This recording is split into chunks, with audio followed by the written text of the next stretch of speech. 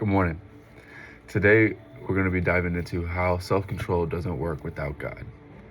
Because you can have all the discipline, you can have all the ambition, you can have the goals, you can train hard, you can grind, but if you don't have a spiritual life, then you'll always feel like something missing, right? That explains why athletes who are very successful sometimes feel like that they don't have anything, or that billionaires have all the money in the world, but they feel like something is missing. That's because their spiritual life isn't strong, and it is non-existent almost.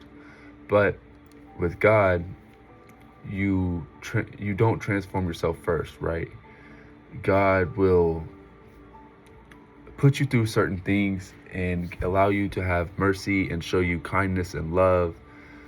For example, in Ephesians 4, it says, "But God, who is rich in mercy, because of his great love with which he loved us, even when we were dead in trespasses," meaning when we were dead in our sin and in our lust of the mind and body, that he made us alive together with Christ.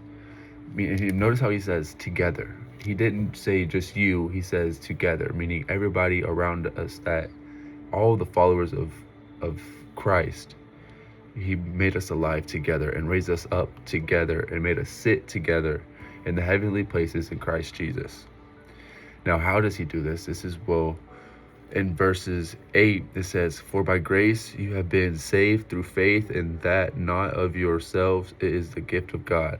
Right? So through grace, God has saved us and to save yourself. And so give yourself the same type of grace when you're going through this transformation, or when you mess up, or something isn't going the way you think it should be going. Allow yourself that grace, so that way you can see with a clear mind and a different perspective, right?